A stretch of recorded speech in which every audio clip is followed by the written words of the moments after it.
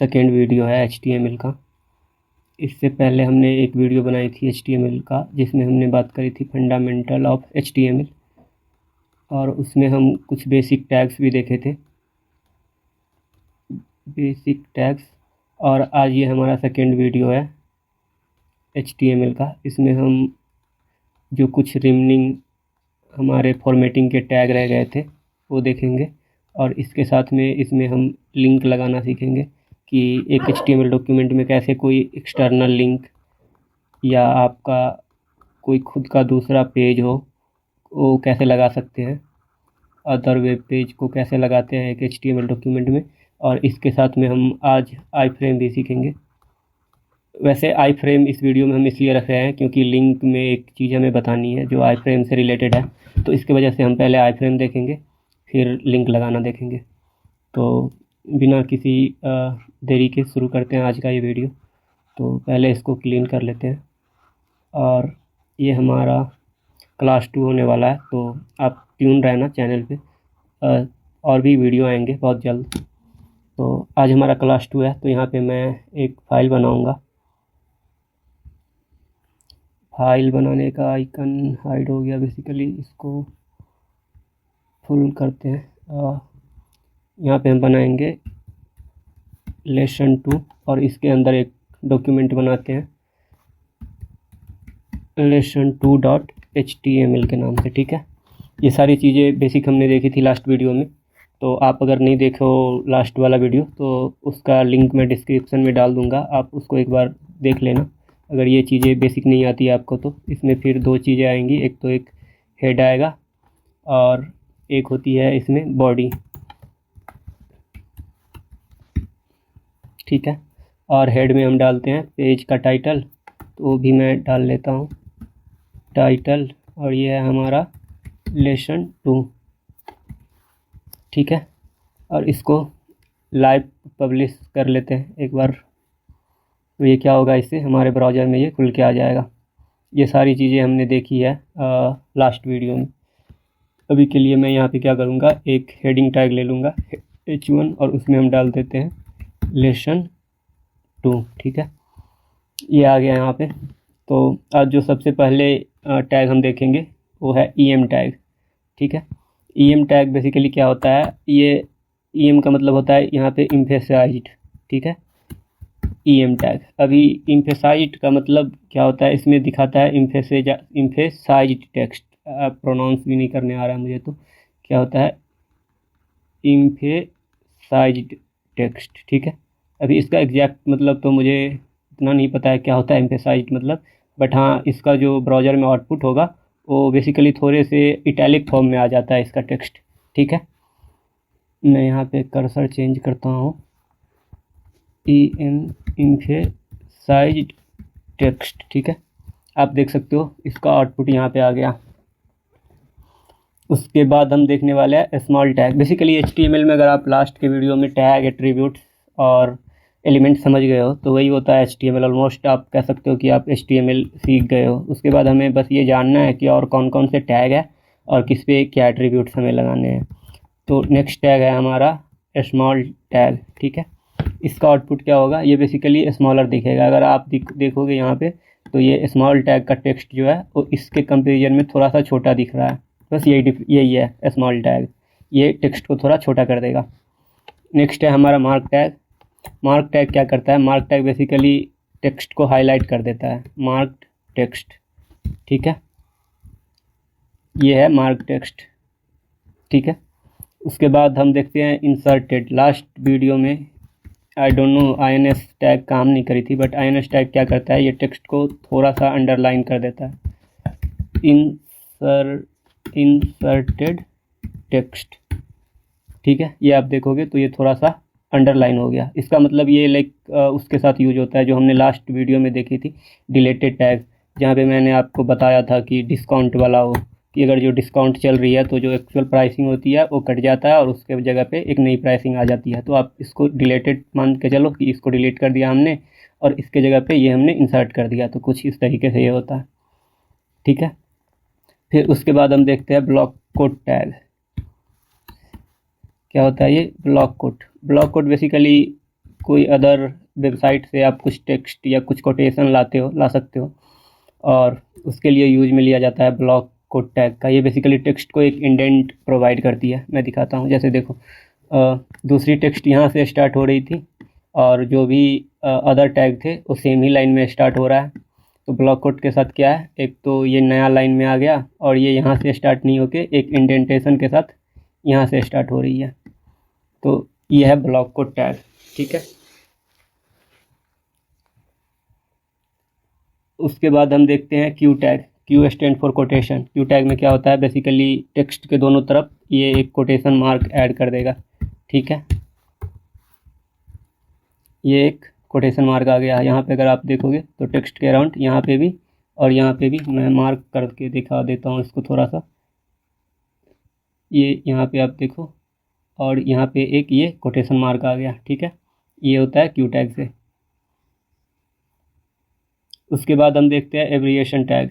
एब्रिएशन tag का use basically जो short form होता है किसी भी वर्ड का, उसके लिए हम करते हैं, ठीक है।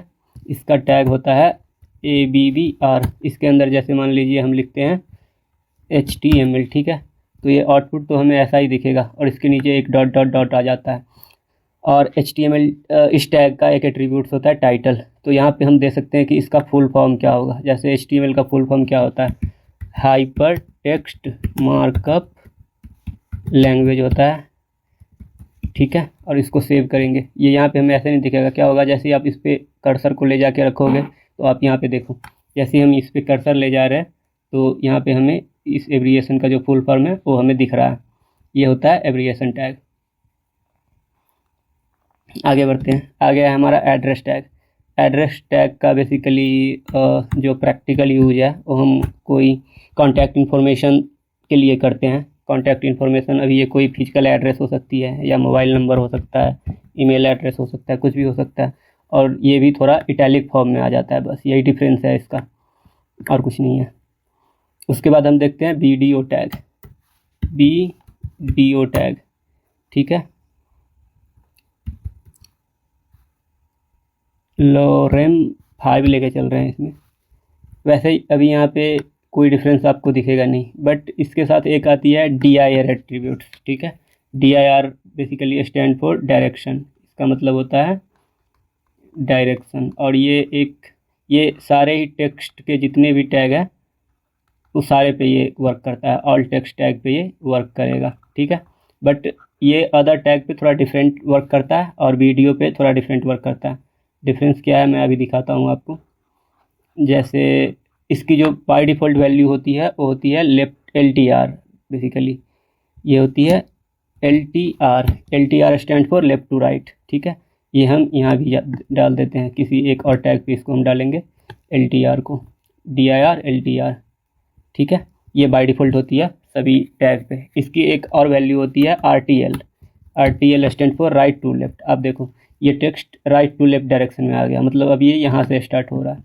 बट अगर इसमें हम RTL कर दें, RTL, ठीक है, तो ये देखो ये बेसिकली क्या किया, ये जो पहला वाला वर्ड था वो इसमें हो गया लास्ट वाला वर्ड, और ये जो सेकेंड वर्ड था वो हो गया इसमें सेकेंड लास्ट वर्ड।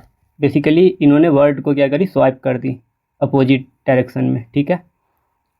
ये जो है ये वर्ड को अपोजिट डायरेक्शन में स्वाइप कर देता है। और अदर टैग पे ये क्या करते हैं, ये जो यहाँ से स्टार्ट हो रही थी ये वर्ड को स्वैप नहीं करेगा, जो यहाँ से स्टार्ट हो रही है वो अभी इस डायरेक्शन में शिफ्ट हो जाएगी,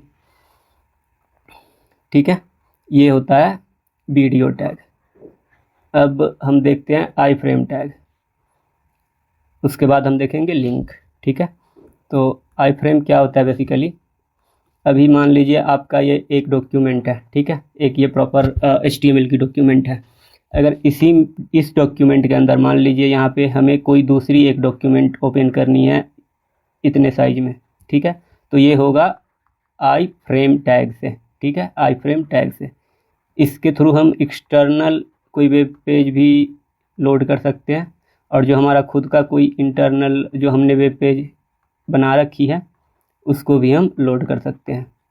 ये HTML डॉक, ठीक है। तो इसको कैसे करते हैं ये हम करके देखते हैं। क्लियर कर लेते हैं पहले इसको। तो यहाँ पे मैं लगाऊंगा आई फ्रेम टैग सबसे पहले लगाते हैं। आई फ्रेम टैग, ठीक है, ये जो भी है इसको मैं हटा देता हूँ अभी के लिए। और आई फ्रेम टैग का एक एट्रीब्यूट्स होता है एसआरसी, सेम जैसे इमेज में हमने देखी थी लास्ट वीडियो में। सोर्स होता है इसका मतलब, एसआरसी का मतलब इसमें हमें देना होता है पाथ उस डॉक्यूमेंट का जो हमें लोड करवानी है इस फ्रेम में। एक आप देख सकते हो यहाँ पे फ्रेम बन के आ गई है। इसमें बेसिकली फिर से हम या तो एब्सोल्यूट पाथ दे सकते हैं या तो रिलेटिव पाथ दे सकते हैं। तो अभी के लिए मैं यहाँ पे डाल देता हूँ जो गूगल का लिंक है उसको मैं डाल दूँगा google.com, और मैं जैसे ही सेव करूँगा ये नहीं, आई थिंक ये अलाउ कर नहीं रहा है फ्रेम पे। यूट्यूब का ट्राई करते हैं, क्या ये हो पाता है। youtube.com, ये भी नहीं हो रहा है फ्रेम पे। तो मैं क्या करूँगा, मैं एक कोई लिंक लाऊंगा जो आई फ्रेम पे लोड हो, ठीक है। आई फ्रेम बेसिकली यहाँ पे किसी लिंक का रिस्ट्रिक्शन होता है। आप किसी भी लिंक को, कोई भी एक्सटर्नल लिंक जो होता है उसको आप बेसिकली आई फ्रेम में नहीं लोड करवा सकते हो। जो लिंक अलाउड है आई फ्रेम में लोड होने के लिए वही लोड होगा। तो यहाँ से मैं कोई एक लिंक लूँगा जो आई फ्रेम में लोड होने के लिए अलाउड हो। जैसे इसको इन्होंने लोड करवाई है अगर, तो मे बी ये भी हमारे पे लोड ना हो, क्योंकि ये करवा सकता है बट आई गेस हम नहीं करवा सकते। ऐसा भी रिस्ट्रिक्शन होता है। ये सारी रिस्ट्रिक्शन के बारे में हम आगे पढ़ेंगे हमारे कोर्स में कि ये कैसे रिस्ट्रिक्शन होती है, क्या होती है। अगेन ये भी नहीं हो रहा, तो अभी के लिए क्या करते हैं, हम खुद का एक और डॉक्यूमेंट इसी फाइल में बनाएंगे। अदर नाम से बनाते हैं HTML, ठीक है। और इसमें हम बेसिकली एक ये HTML का डॉक्यूमेंट बनाएंगे जल्दी से। हेड टैग आ गया हमारा, इसमें टाइटल देते हैं हम, टाइम नहीं टाइटल, अदर डॉक्यूमेंट, ठीक है। इसकी बॉडी पे कुछ कंटेंट लेते हैं, बॉडी, और इसमें हम देते हैं other document, other H miss हो गया, तो एच काम नहीं कर रहा क्या मेरा, अदर डॉक्यूमेंट, ठीक है। ये एक हमारा बन के रेडी हो गया। और इसकी सोर्स हम यहाँ पे दे देते हैं सोर्स, ये हमारा रिलेटिव पाथ हो जाएगा। अभी लास्ट वीडियो में हमने देखा था क्या होता है रिलेटिव पाथ। नेम भी गलत है हमारा, आप नेम का ध्यान रख लेना, देख लेना सही हो। और वैसे आप देखोगे ना तो इसका भी नेम गलत है, बट ये काम कर जाता है। इवन HTML में क्या होता है कि अगर कोड का भी ना में कुछ आपकी गलती आ गई तो पूरी की पूरी डॉक्यूमेंट आपकी ख़राब नहीं होगी, वो काम कर जाएगी, बट एक्सपेक्टेड जो आउटपुट होता है वो नहीं आएगा। तो आप ये देखो हमारा अदर डॉक्यूमेंट यहाँ पे लोड हो गया, ठीक है। और इसमें कुछ और प्रॉपर एट्रीब्यूट्स होते हैं।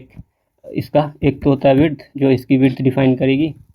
600 पिक्सल यहाँ पे देना ज़रूरी है नहीं, वैसे ये पिक्सल समझ जाता है। और एक होती है हाइट, और इसको मैं अभी के लिए रख रहा हूँ 400, तो ये इसकी हाइट हो गई। और ठीक है, अभी हम देखते हैं लिंक कैसे लगाते हैं। तो लिंक लगाने के लिए हम यूज में लेते हैं ए टैग का, ठीक है, ए टैग का। और इसका मतलब होता है एंकर, इसको एंकर टैग भी बोलते हैं, एंकर टैग, ठीक है। तो सेम अभी हमने जो दूसरी डॉक्यूमेंट बनाई है उसी को हम लिंक करके देखेंगे। अभी के लिए यहाँ पे नीचे पे मैं लिखता हूँ लिंक टैग कैसे लिखते हैं। आपको ए लिखना है और इसमें लिंक का जो टेक्स्ट होगा वो आपको देना है। जैसे इसका क्या होगा, अदर डॉक्यूमेंट, ठीक है। तो ये आप यहाँ पे देखोगे तो अदर डॉक्यूमेंट हमारा आ रहा है। एक चीज़ और मैं आपको बताता हूँ, जैसे क्या हो रहा है, जो भी हम यहाँ पे डाल रहे हैं सेम ही लाइन पे जा रहा है। तो अगर किसी चीज़ को हमें न्यू लाइन पे लानी हो तो उसके लिए हमारे पास एक टैग है BR टैग। BR बेसिकली इसको हम बोलते हैं लाइन ब्रेक, ठीक है। ये सेल्फ क्लोजिंग टैग है। जहाँ पे भी आप ये BR टैग डाल दोगे वहाँ से न्यू लाइन स्टार्ट हो जाएगी। तो आप ये देखो ये न्यू लाइन में आ गई, ठीक है। और इसकी एक एट्रीब्यूट्स होती है href stands for header reference, ठीक है। इसमें हम बताते हैं उस डॉक्यूमेंट का पाथ देते हैं यहाँ पे जिसको हमें लिंक करनी है इससे। तो अभी के लिए मैं ये अदर डॉक्यूमेंट डाल देता हूँ। तो ये अगेन फिर से ये रिलेटिव पाथ है, तो ऐसे कर दिया। अभी देखोगे आप तो ये लिंक है, तो इसका कलर ब्लू हो गया और ये अंडरलाइन में आ गया, ठीक है।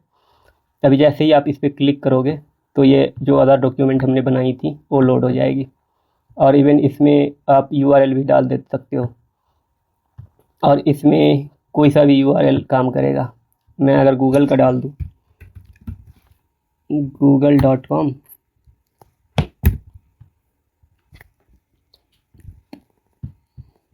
और यहाँ पे हम ये एब्सोल्यूट यूआरएल डाल देते हैं गूगल का।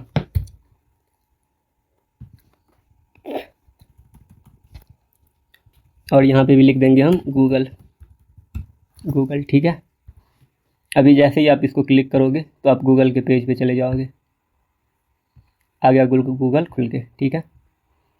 और इसके साथ एक और टैग होती है, इसकी एक एट्रीब्यूट्स होती है बेसिकली टारगेट। क्या एट्रीब्यूट्स होती है? टारगेट, ठीक है, टारगेट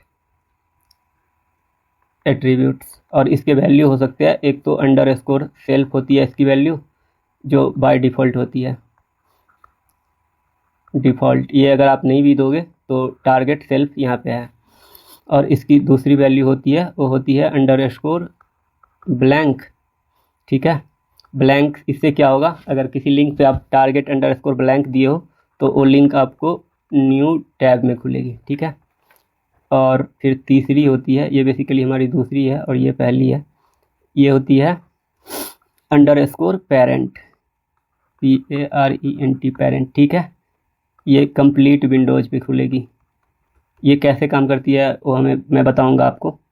कंप्लीट विंडो ये लेगा, ठीक है। और फिर एक होती है अंडरस्कोर टॉप, ये भी काइंड ऑफ फुल विंडोज़ पे खुलती है, फुल विंडोज़, ठीक है। और एक होता है इसका एक वैल्यू और आप दे सकते हो, इसमें कुछ कस्टम टेक्स्ट भी दे सकते हो, ठीक है। और ये सारी चीज़ें काम कैसे करती है उसको हम देखते हैं अभी। तो एक बार मैं क्लियर कर लेता हूँ इसको पहले। कितना ये क्लियर हो गया, ठीक है। अभी क्या करना है हमको, इसकी एट्रीब्यूट्स है टारगेट, ठीक है। और ये होगा सेल्फ। तो सेल्फ तो बाय डिफ़ॉल्ट होती है, जैसा हमने पहले देखा था। जैसे ही आप ये क्लिक करोगे ये इसी विंडोज़ पे खुल के आ जाएगी, ठीक है। अभी हम देखते हैं अंडरस्कोर टारगेट अंडरस्कोर ब्लैंक देखते हैं पहले, ठीक है। अभी जैसे ही मैं इस पर क्लिक करूँगा ये एक नए विंडोज़ में ओपन होगी।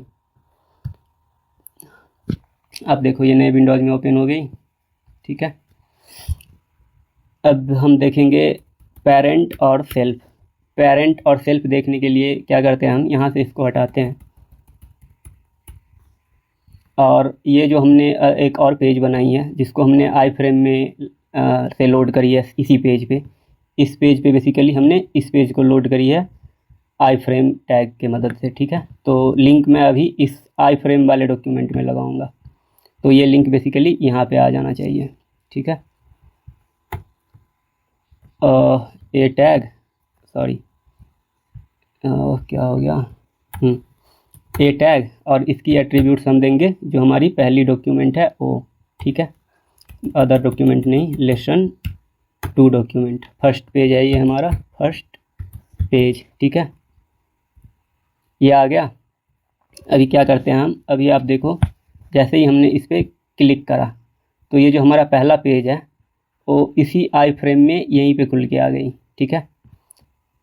मैं अभी इसको क्या करूँगा, अभी इसको दूंगा एक ये टारगेट अंडरस्कोर पेरेंट, ठीक है। अभी मैं इसको जब क्लिक करूँगा तो ये इस फ्रेम में लोड नहीं होगा, ये लिंक लोड होगा आपका इसकी जो पेरेंट विंडोज़ है। अभी इसकी पेरेंट विंडोज़ क्या है, अभी क्या है हमारा एक ये है लेसन 1 HTML, ठीक है, लेसन 2 HTML, सॉरी 1 नहीं 2 HTML, ठीक है। और इसके अंदर हमने लोड करी है अदर HTML, ठीक है। तो ये जो है ये इसका पेरेंट है। तो जब ये हम अंडरस्कोर पेरेंट डालते हैं तो ये इसी फ्रेम में लिंक है, क्योंकि इस फ्रेम में, फिर भी ये इस फ्रेम में लोड नहीं होके इसके पेरेंट पे लोड होगी। ठीक है, मैं इसको क्लियर करता हूँ पहले, फिर देखते हैं। अभी आप देखो, मैं जैसे ही इस पर क्लिक करूँगा तो पहले ये इसी विंडोज़ में लोड हो रही थी, अभी ये लोड ही नहीं हो रहा है।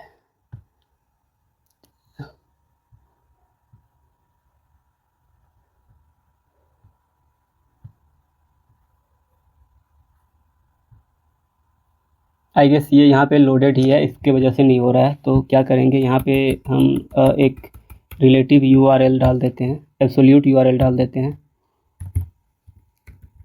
google.com, और अब इसको क्लिक करते हैं।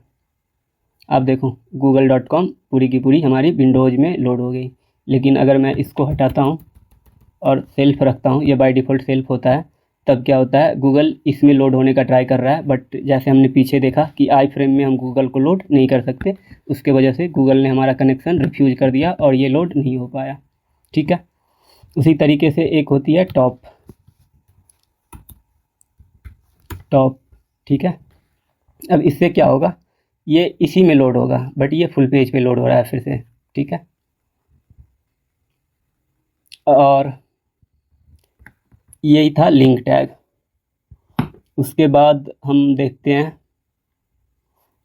एक तो गूगल यहाँ पे काम कर नहीं रहा है, नहीं तो क्या होता है, मैं यहाँ से अभी के लिए इसको हटाता हूँ। ये जो अदर डॉक्यूमेंट है हमारा, इसको मैं हटाता हूँ, ये ब्लैंक है। अभी जो हमने बात करी थी कि टारगेट का कुछ और भी आप स्ट्रिंग वैल्यू दे सकते हो, तो यहाँ पे मैं कर देता हूँ टारगेट अदर। ठीक है, और ये जो आई फ्रेम है उसको मैं एक एट्रीब्यूट्स दूंगा नेम, और उस नेम की वैल्यू सेम वही होगी जो हमारे लिंक के टारगेट की वैल्यू है, और मैं यहाँ पे इसको डाल दूंगा। ठीक है, अभी देखो अब क्या होगा, अभी जैसे ही मैं इसको क्लिक करूँगा तो ये यहाँ पे गूगल का रह गया, ये गूगल आई फ्रेम पे लोड हो नहीं रहा है। तो मैं यहाँ पे other.html का डाल देता हूँ, और जैसे ही मैं इसको क्लिक करूँगा तो हमारा अदर डॉक्यूमेंट इस आई फ्रेम पे लोड हो जाएगी। ठीक है, तो ये तो था किसी एब्सोल्यूट और जो रिलेटिव पाथ है हमारा, उससे डॉक्यूमेंट को लिंक करना, या तो हमारे वेब पेज से या तो किसी अदर वेबसाइट से, किसी अदर लिंक से कैसे लिंक करते हैं। उसके बाद href का एक और यूज हो सकता है, वो है एक तो मोबाइल नंबर पे और दूसरा है ईमेल पे।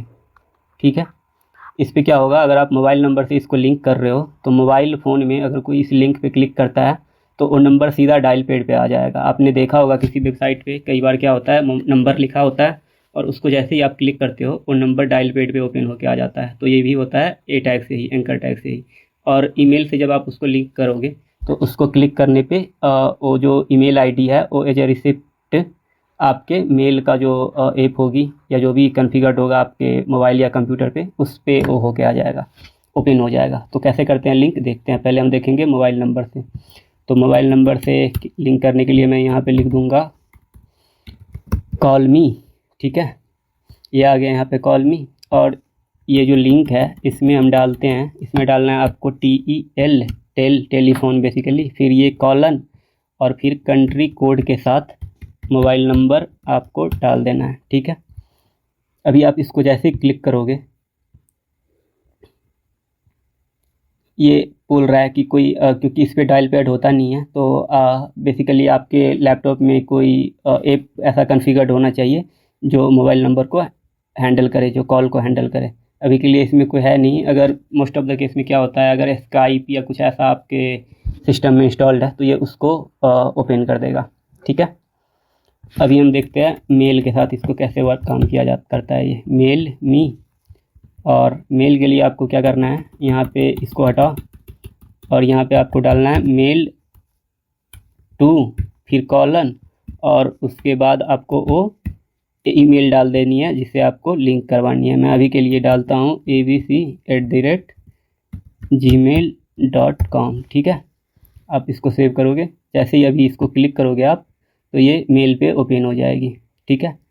तो यहाँ से आप कोई सा भी एक सेलेक्ट कर सकते हो, जैसे आउटलुक का या प्रोटोन मेल या ब्राउज़र में, या में भी आप मेल करना चाहो तो यहाँ से आप इसको ओपन करके उस पर्सन को उस ईमेल एड्रेस पे बेसिकली आप डायरेक्ट मेल कर सकते हो, ठीक है। तो ये सारे टैग थे जो हमने आज के इस वीडियो में पढ़े हैं। और एक चीज़ और हम देखते हैं, वो है कमेंट। कमेंट बेसिकली क्या होता है? कमेंट ब्राउज़र के यूज़ के लिए नहीं होता है, वो होता है डेवलपर के यूज़ के लिए, ठीक है।